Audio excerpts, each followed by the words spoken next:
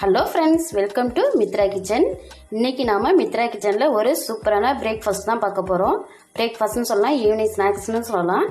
பாருங்கள், நான் இன்றைக்கி மேகி நூடுல்ஸ் எப்படி செய்யலாங்கிறத பற்றி பார்க்க போகிறேன். வெஜிடபிள்ஸ் வச்சு இதை செய்யலாம். நான் இன்றைக்கி டிஃப்ரெண்ட்டாக இருக்கட்டும்ட்டு எக்கு வச்சு செய்ய போகிறேன். பசங்களுக்கு ரொம்ப நல்லது இது. ஈவினிங் ஸ்நாக்ஸ் இதை கொடுத்தோம் அப்படின்னாக்கா ரொம்ப நல்லா சாப்பிடுவாங்க. ஓகே ஃப்ரெண்ட்ஸ், இப்போ நாம் இந்த வீடியோக்குள்ளே போகலாம். பாருங்கள், நான் கடாயில் இந்த கப்பால் ஒரு 2 கப் அளவுக்கு நான் தண்ணி ஊற்றி கொதிக்க வச்சுருக்கேன். இது கொதிக்கட்டும். பாருங்கள், தண்ணி நல்லா கொதிச்சிடுச்சு. இப்போ நாம் இந்த மேகி இதோட சேர்த்துடலாம்.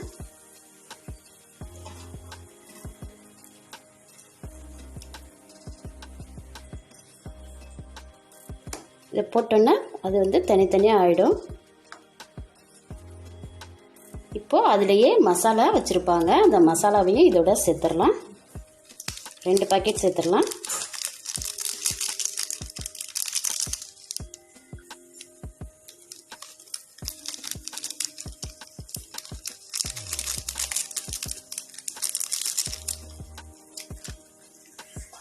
இதை நல்லா மிக்ஸ் பண்ணி விட்டு வேக வச்சிடலாம் ஒரு 2-3 நிமிஷம். உப்பெல்லாம் இதிலேயே சேர்த்துருப்பாங்க, அதனால் நம்ம போடணுங்கிற அவசியம் இல்லை. வேகட்டும். பாருங்கள், இந்த தண்ணியெல்லாம் நல்லா வற்றிடணும். வற்றி இந்த நூடுல்ஸோட எல்லாம் அந்த மசாலாவெல்லாம் சேர்ந்து நல்லா சூப்பராக வந்துடணும். தண்ணி ஃபுல்லாக வற்றிடணும். பாருங்கள் ஃப்ரெண்ட்ஸ், இந்த அளவுக்கு நல்லா தண்ணி வற்றிடணும். பாருங்கள், தண்ணி வற்றிடுச்சு.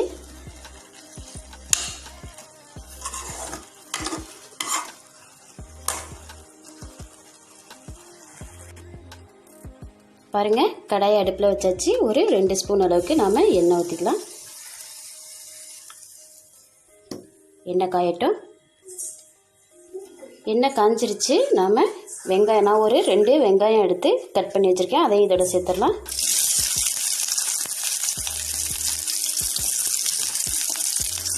இந்த வெங்காயத்தை நல்லா வதக்கிக்கலாம்.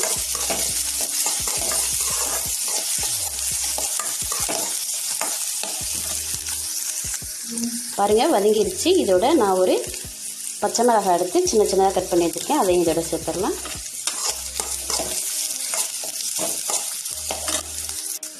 இப்போது இஞ்சி பூண்டு எடுத்து நான் தட்டி வச்சுருக்கேன். அதையும் இதோட சேர்த்துடலாம். சேர்த்து விட்டுட்டு இந்த பச்சை வாசனை போகிற அளவுக்கு நல்லா நம்ம வதக்கி விட்டுறலாம். பாருங்கள், பச்சை வாசனை எல்லாம் போயிடுச்சு. நான் ஒரு தக்காளி எடுத்து கட் பண்ணி வச்சுருக்கேன். நல்லா பொடிசாக கட் பண்ணிக்கோங்க. அதையும் இதோட சேர்த்துடலாம். சேர்த்து விட்டுட்டு இதையும் நல்லா வதக்கி விட்டுறலாம். நாம் இந்த மசாலாவுக்கு நமக்கு சால்ட்டு லைட்டாக போட்டுக்கலாம், நம்ம டேஸ்ட்டுக்கு தகுந்தவாறு. அதில் மேகியில் சால்ட்டு போட்டிருப்பாங்க. இந்த மசாலாவுக்கு நாம் சால்ட்டு சேர்த்துக்கலாம். சேர்த்து விட்டுட்டு நல்லா வதக்கி விட்டுருங்க. லைட்டாக மஞ்சள்தூள், மிளகாய்த்தூள். இப்போ இது கூட நான் மட்டன் மசாலா கொஞ்சம் சேர்க்க போகிறேன். அதையும் சேர்த்து விட்டுடலாம். போதும். சேர்த்து விட்டுட்டு நல்லா இந்த பச்சை வாசனை போகிற அளவுக்கு நல்லா கிண்டி விட்டுருங்க. பாருங்கள், மட்டன் மசாலா சேர்த்தோன்னா நல்ல ஒரு ஸ்மெல்லு வருதுங்க. சாப்பிடும்போது நல்லா டேஸ்ட்டாக நல்லா வாசனையாக இருக்கும். பாருங்கள், இது அப்படியே நாம் ஒரு சைடாக நம்ம சேர்த்து வச்சுட்டு முட்டையை பொறுத்து ஊற்றிடலாம். ஓகே ஃப்ரெண்ட்ஸ், அவ்வளோதான். சூப்பரான ஒரு பிரேக்ஃபாஸ்ட் ரெடி ஆயிடுச்சு. குழந்தைங்க ரொம்ப நல்லா விரும்பி சாப்பிடுவாங்க. ஓகே ஃப்ரெண்ட்ஸ், இந்த வீடியோ உங்களுக்கு பிடிச்சிருக்குன்னு நினைக்கிறேன். பிடிச்சிருந்தா லைக் பண்ணுங்கள், கமெண்ட் பண்ணுங்கள், ஷேர் பண்ணுங்கள். மறந்துடாமல் மித்ரா கிச்சனுக்கு சப்ஸ்கிரைப் பண்ணுங்கள். தேங்க்யூ. Take care.